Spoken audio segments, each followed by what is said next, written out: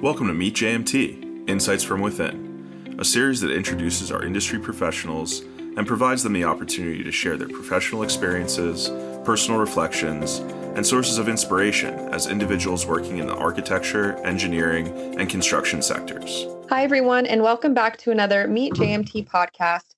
My name is Jennifer, and I am your host and digital marketing manager here at JMT. Today, we have Jon Conner joining us in our continuation of celebrating World Landscape Architecture Month. Thank you so much for joining us today, Jon. Would you mind telling our listeners just a little bit more about yourself and your role here at JMT? Certainly. Thank you, Jennifer, for inviting me on the podcast. I think these have been both very informative and insightful for our JMT employee owners. I am currently based out of JMT's Charleston office in South Carolina. I've spent the majority of my 31-year career at JMT working out of the corporate center in Hunt Valley, Maryland. I am the discipline lead for our landscape architecture team company-wide. And in my early history here at JMT, I served as department head for the Hunt Valley Landscape Architecture and Environmental team before Russ Ruffing arrived and took over as leader of the standalone group, the Natural Cultural Resources team. I am a licensed landscape architect in 9 different states, and I have worked on a wide variety of projects and types and locations throughout the JMT footprint. These projects have included things like streetscapes, pedestrian and bicycle facilities, transit facilities, parks, and a variety of different site developments. Well, thank you so much for that additional introduction. What were some of your inspirations when you were deciding on what your professional career was going to be? Well, to be honest, I started my career thinking I was going to be an architect, and I signed on to do my undergraduate work at the University of Maryland in the architecture school. And after studying in the architecture school for about 2 years, I realized that I was more passionate about the design of outdoor spaces and how to strike the balance between the natural, the built, and the human environments. And this led me to explore the world of landscape architecture, where the design focuses much more on natural resources and ecosystems, preservation and manipulation of landforms, and the study of how humans interact with the environment. And I began to appreciate the more dynamic nature of landscape design, where you design something, but you have to envision how these natural systems and plant materials will grow and mature and evolve over time, ends up creating an ever-changing experience for the user and for the species that depend on the natural resources to survive.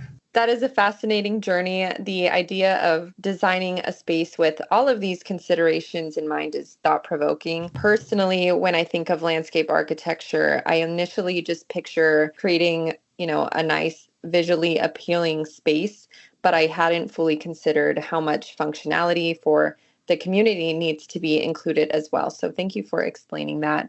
Moving into your professional career, are there any significant projects you've worked on, and how has that impacted you, JMT, or even the AEC industry as a whole? Well, I've worked on so many projects since being at JMT. It's kind of hard to pick out a couple, but I'll give it a try.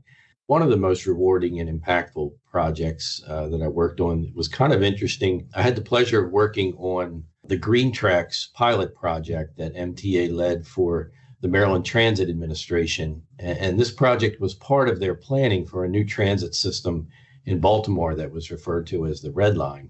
And the basis of this research project was that we were asked to study the feasibility of implementing vegetation between the rails of active train lines. And while this strategy had been successfully implemented in Europe for many years, it was a relatively new concept here in the US. Our team at JMT selected the sites along the MTA's existing site Central Light Rail line in Baltimore to install test areas where a variety of different plant materials could be tested over the course of 2 years to determine whether this solution was viable for their system. JMT led the design of the test areas and established monitoring protocols to collect data that could help the MTA assist them in determining if this system was feasible in Baltimore with their climate. And our research gained notoriety for JMT and the industry as I encountered some folks that worked for our Landscape Architecture magazine, our national publication, and they wrote it up one month as a feature article in the magazine. Another project that comes to mind as being particularly rewarding was the City of Rehoboth Beach Streetscape project in Delaware. For this project, JMT was tasked with revisioning an aging main street in a resort town, and the street was called Rehoboth Avenue. And the Streetscape project included the design of a new town square that had a gazebo-style bandstand and a public restroom facility, in addition to all the safety improvements for pedestrians and bicycles and vehicles that were along the street. The project was quite challenging in that we had to replace all of the underground utilities. The existing overhead power lines were placed underground. And more importantly, the project had to be constructed entirely in the off-season so that there was no impacts to the hundreds of thousands of tourists that come into the city between Memorial Day and Labor Day. More recently, I've had the opportunity to work on a number of projects for the National Park Service. And given my love for the outdoors, these projects really have been particularly rewarding, working with the National Park Service to help improve and preserve these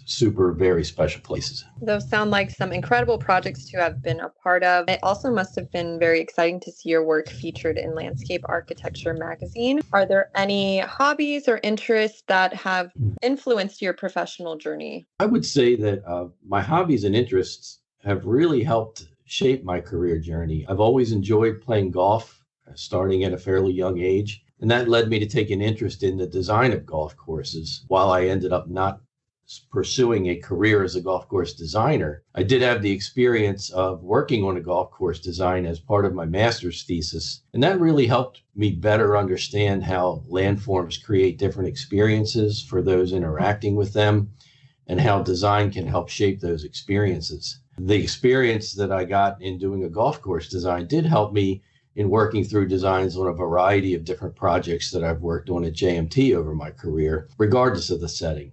I also enjoy being outdoors for less structured recreational activities like hiking and biking in parks. And that has really helped me better understand the user experience when working on the National Park Service projects. It's always great when your hobbies and your interests find a way to blend into your career. I want to thank you so much for joining me on the Meet JMT podcast today. Before we leave, are there any closing thoughts or even words of wisdom that you wanted to share with our listeners today, especially those that may be interested in joining a career in landscape architecture one day? Jennifer, I guess I would say to anyone that's considering their career path, if you enjoy the outdoors, if you're interested in the environment and preserving and protecting the environment, and you have an interest in design, you really should explore opportunities in landscape architecture. You can visit the American Society of Landscape Architects, the ASLA website at asla.org. That website gives lots of information about the profession. It's a very diverse profession with quite a wide variety of specialties that cover many types of design. And additionally, landscape architecture has been designated by the U.S. Department of Homeland Security as a STEM discipline. So any kind of STEM-related scholarships that are available to high school students or college students can now be used to pursue degrees in landscape architecture. I've found landscape architecture to be particularly a rewarding career for me, and I can say with confidence that our projects that we've worked on as a team have definitely created a brighter future for communities and the natural environments in which they exist. Thank you for tuning in, and we hope you enjoyed the Meet JMT podcast today. Remember to subscribe, post a review, and of course, encourage your friends and colleagues to do the same.